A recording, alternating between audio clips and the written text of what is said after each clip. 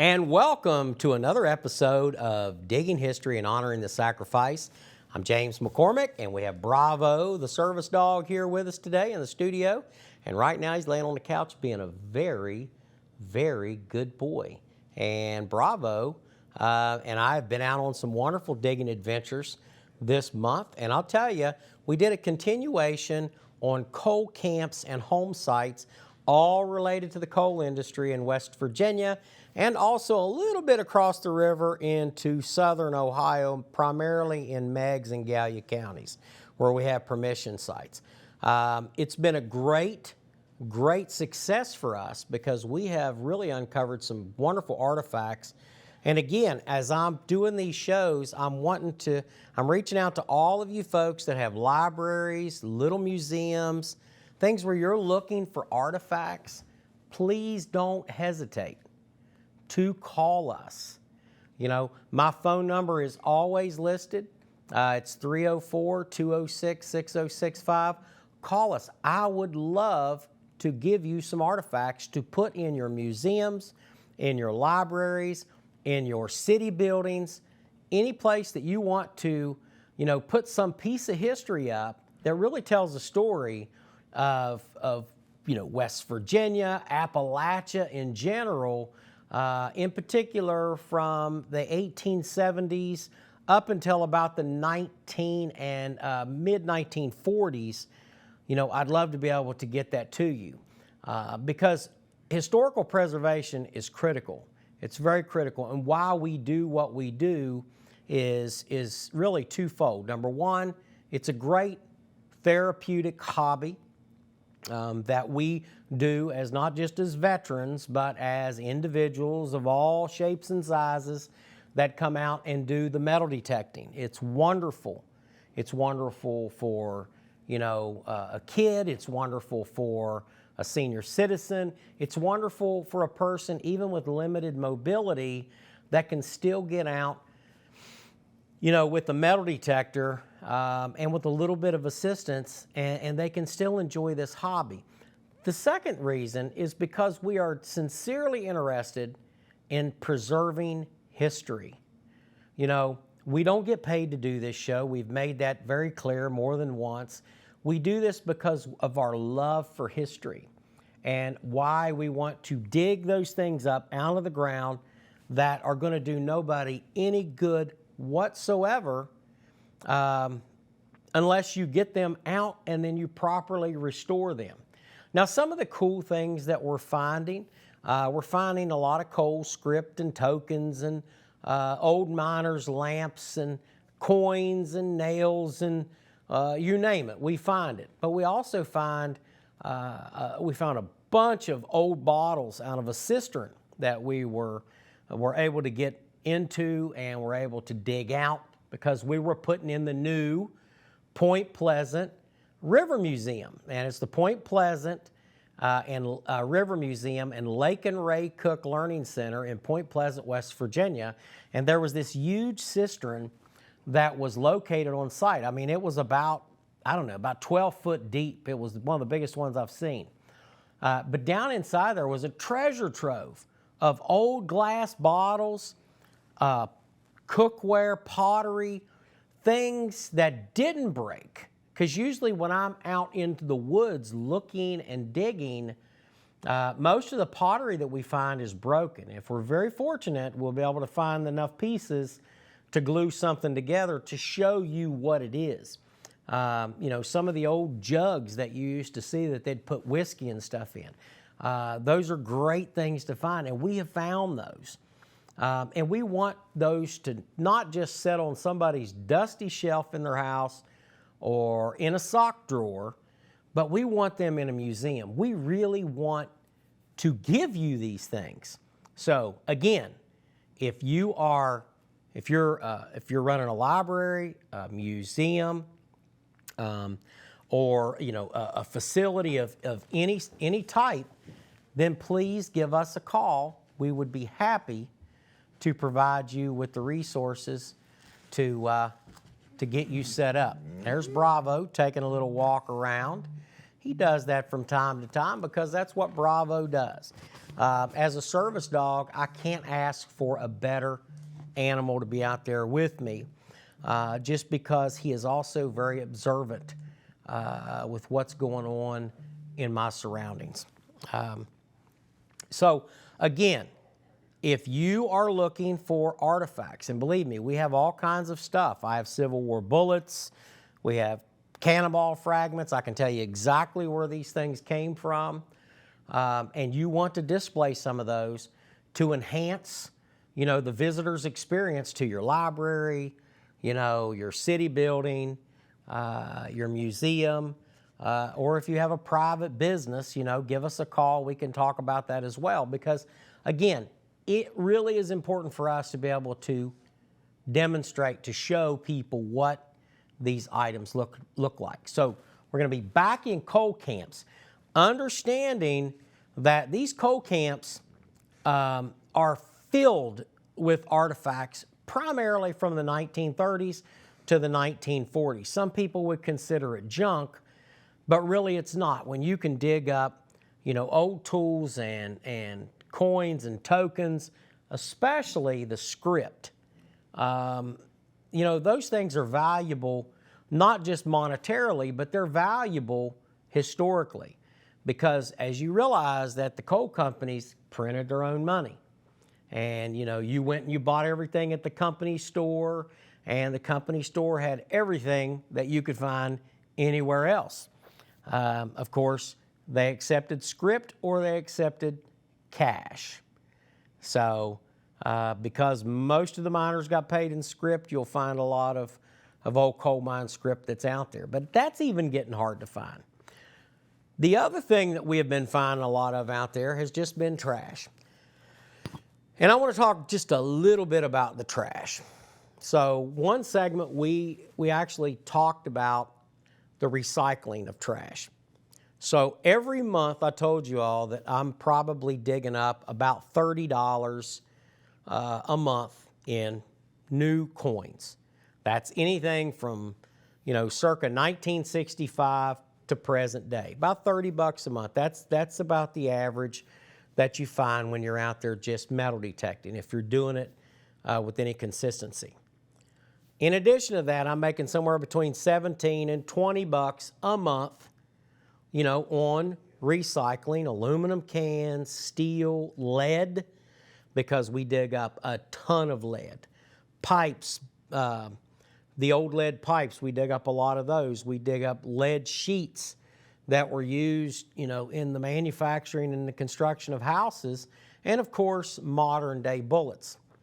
Those recycle very well, and I was kind of surprised at how much money you get for a couple pounds of lead. So you want to get out there and do that. The aluminum cans are a given, but the other things that you don't think about is the miles and miles and miles of old household wiring that came from these Depression-era homes.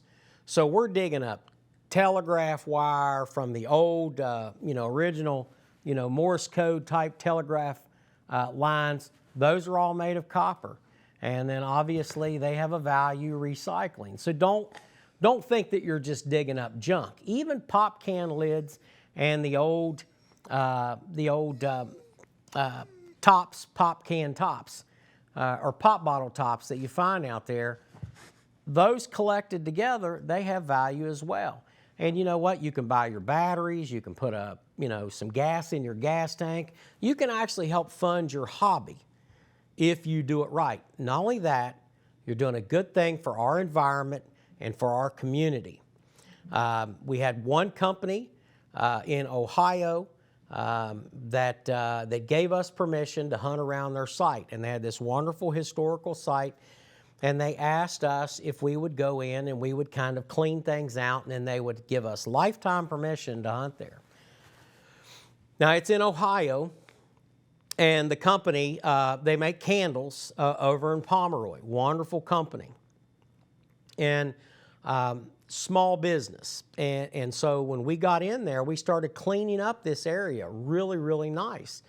And essentially increasing and improving their property value. But not only that, by removing some of that debris and some of that stuff that was back there, we also realized that there were some people that were, squatting on their property, setting up tents and tent cities and things like that. And we were able to help move that along. A lot of people see myself and Bravo out there, and they automatically assume that, we're with law enforcement, and we're not. But property owners have seen the value of having us out there, not only to clean their property up, but to also to be a constant presence. Because when people see that 110-pound German Shepherd with the vest on, they generally get, if they're up to no good, they generally go the other direction. So that's a good thing to remember. If we ever come out knocking on your door, asking for permission to go dig, we'll do things like cut your grass and get things cleaned up, and we'll definitely carry out all the trash. We're not just going to leave holes in your property. We're respectful with that as well. We need everybody to remember that. Cold camps, somebody owns that property, you got to get permission, folks. Make sure you're doing that. That's about 1/3 of your effort. The other third is the research, the third, and the final piece is actually going out and recovering the artifacts. So, with no further ado, let us go and roll the camera and show you some of these great artifacts that we have found this month with Digging History and Honoring the Sacrifice with myself and my good buddy Bravo here. So, we'll be right back, folks. Here we are in an old coal campsite again, folks. Coal camps and salt works around here back in the day in Mason County, so. But I am gonna cross over here. So, just glass everywhere. I mean, so, now, there used to be a road that all the people used here.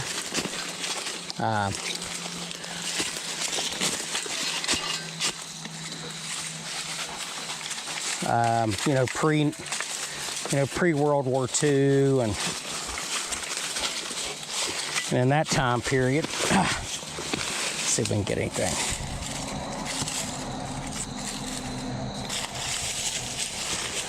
There might be something there, but I don't know. There's a lot of old bottles here, old beer bottles.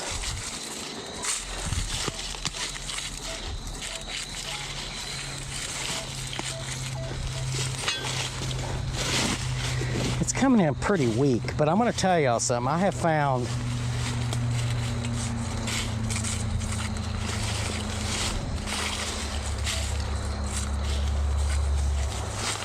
some deeply buried coins.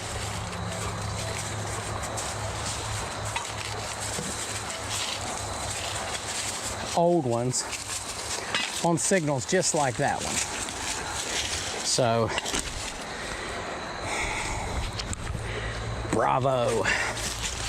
He likes that,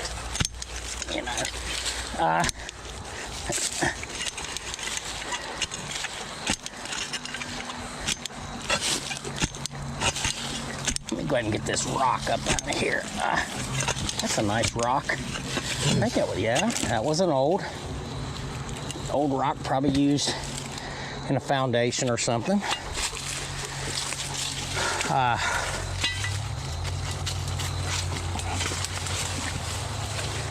You gotta watch Bravo when he grabs those sticks like that. Because sometimes he just gets excited, and he hurts you. Doesn't mean to hurt you, but it does hurt you. What's this right here? Oh boy. Oh boy. Look. Look, folks. It's an old 8-track. Okay. Well, it's yours now. You found it. It's trash, so you got to carry it out here. That's from the 70s. So, there were people in here up until the late 70s, early 80s, so liable to find anything. But they were here all the way back into the 1800s, so you just have piles and piles of stuff. A lot of beer bottles out here. I got to come out here for a glass collection. I just don't have the ability to carry it all out.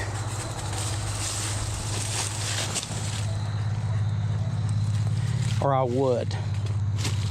Trust me, I would. Okay, folks, down here in the hole, you can see it.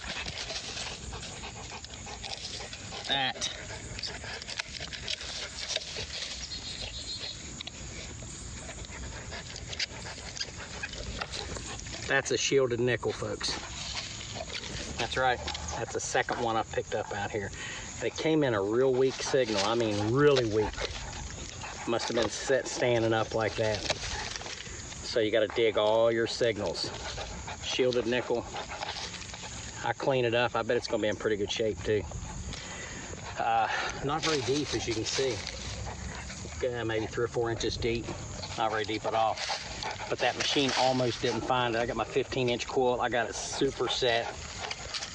You know, it's just the luck of the draw, folks. I've walked over this place 100 times.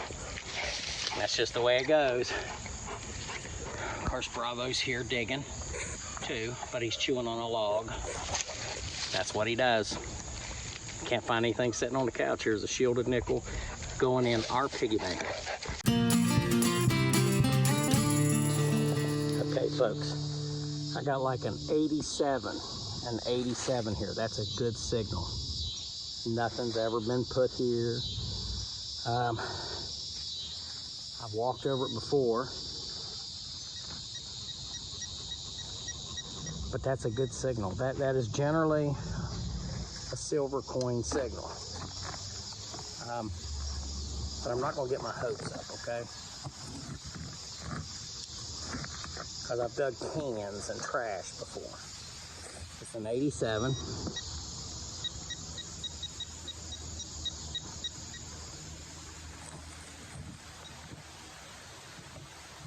So let's take a look again, see exactly where it's at.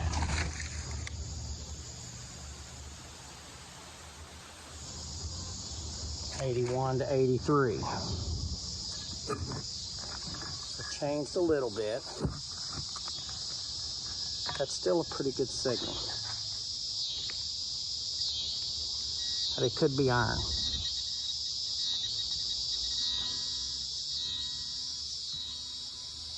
Oh, I found it.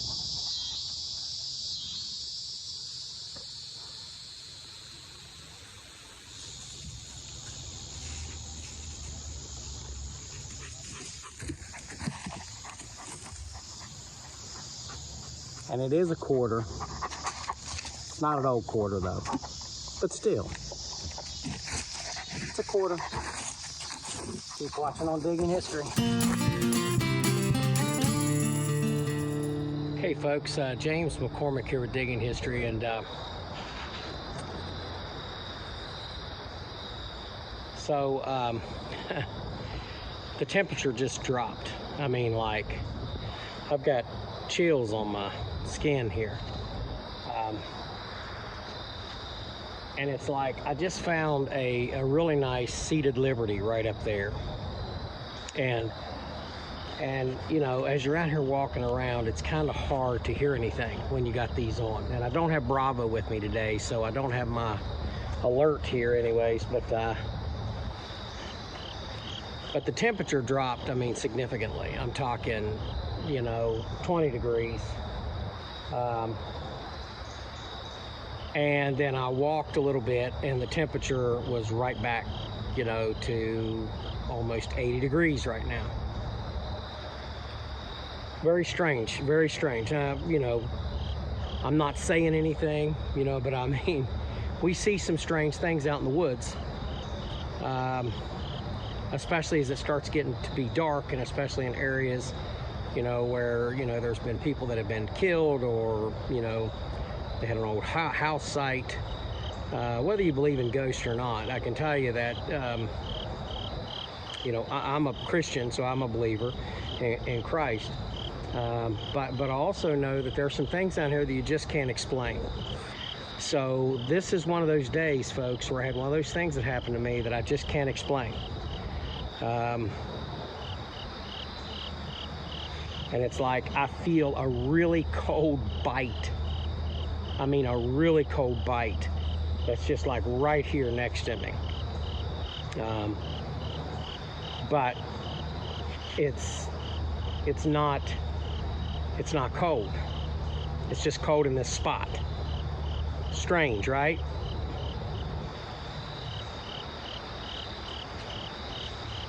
And the deer are out. I haven't seen anybody out here. I've only seen some kids out here playing one time. But I found a lot of money out here. Silver money, like I was telling you. Like those seated Liberty, you know, quarters, $50. I mean, I have found it all out here. And it is one of the creepiest places, other than Scary Creek, West Virginia. Scary Creek's pretty creepy too. It's appropriately named, as I've said before many times. But this little situation today, this evening, it's the first time I've ever had that happen to me. And I'm filming right now because I swear I feel like somebody or something is like right behind me, because this arm is colder than this arm that's holding the phone up. God, I know you guys are gonna think I'm crazy, but I'm really not crazy. This is bizarre, weird, strange.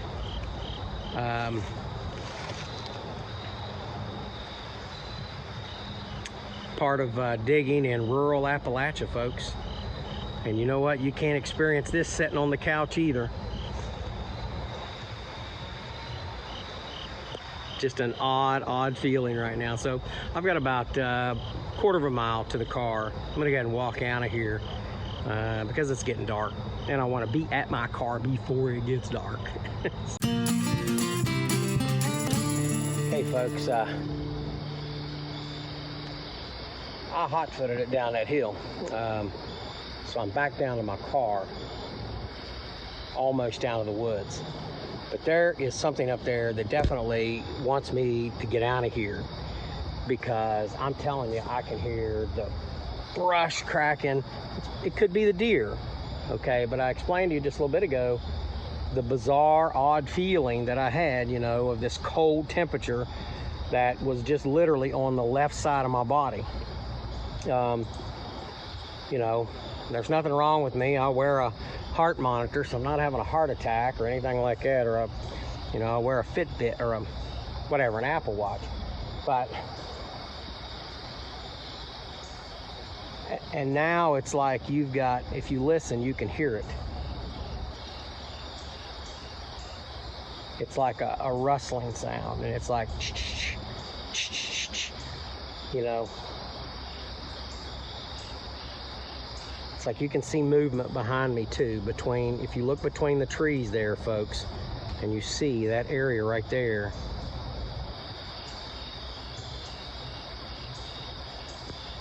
But it's not coming down here, because it's like, literally, I'm like, right here's my car. I'm right at the edge of the woods. But when I was about halfway up there, I mean, it sounded like the woods had exploded.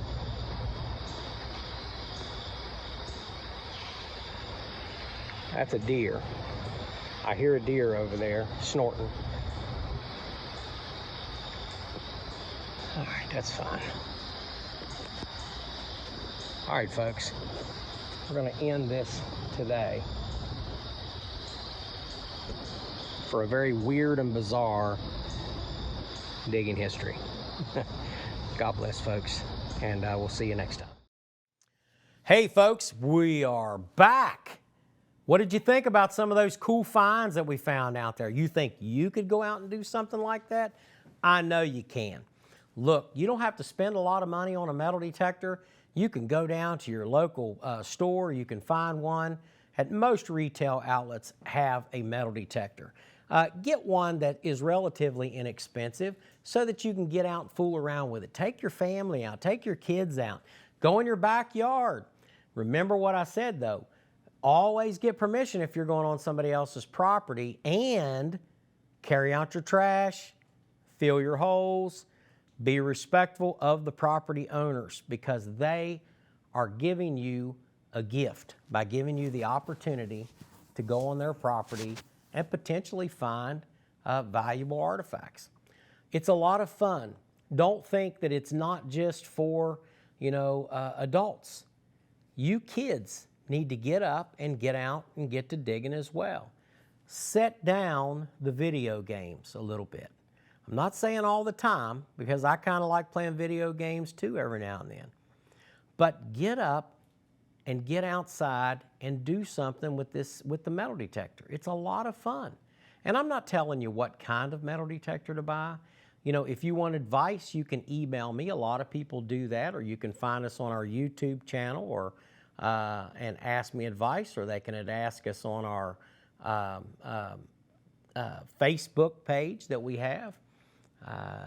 Or you can just send me an email to wvpurpleheart1863@gmail.com, and I'll be happy to give you my best advice on a metal detector that you can get out and you can start finding things relatively quickly. The biggest thing is going to be the practice that needs to go into this. So don't forget that you have to get out, you have to practice on it, and you have to read that book that comes with it. Don't just open it up, throw some batteries in it, and think you're going to walk out there and find stuff right away. You're going to be lucky if 1 in every 10 items that you find is going to be something that you want to keep. But even if it's what you would classify as trash, you can do things with it. My wife and my 2 children, we went to a great class on mosaic art this past weekend with the West Virginia Herbal Association. And it was a great time. And I'll tell you, we learned to take some of that old broken pottery that I'm finding, the old plates and the old pieces of cups and everything else that you find out there, and turn it into art. So if you've never done mosaic art or you've never studied it, look into that. Again, you can go out and you can find trash and turn it into treasure, because a lot of people really like that. And if you're proficient in it, you can do some cool things. You can make some great planting pots. You can also put something nice in your concrete steps with old broken pottery. Some of it's, 100 to 200 years old. And it tells a cool story that every time you walk on one of those little steps where we're creating this mosaic motif, it's all made with historical broken pottery. So a lot of the stuff we find isn't just metal, but we're taking it out of the woods. And when we leave an area, we leave it clean and we leave it better than what we found it before. So look, folks, don't forget that you can't find anything sitting on the couch, and a day out digging beats a day sitting on the couch anytime. So get out, folks, and get to digging. Have a good day.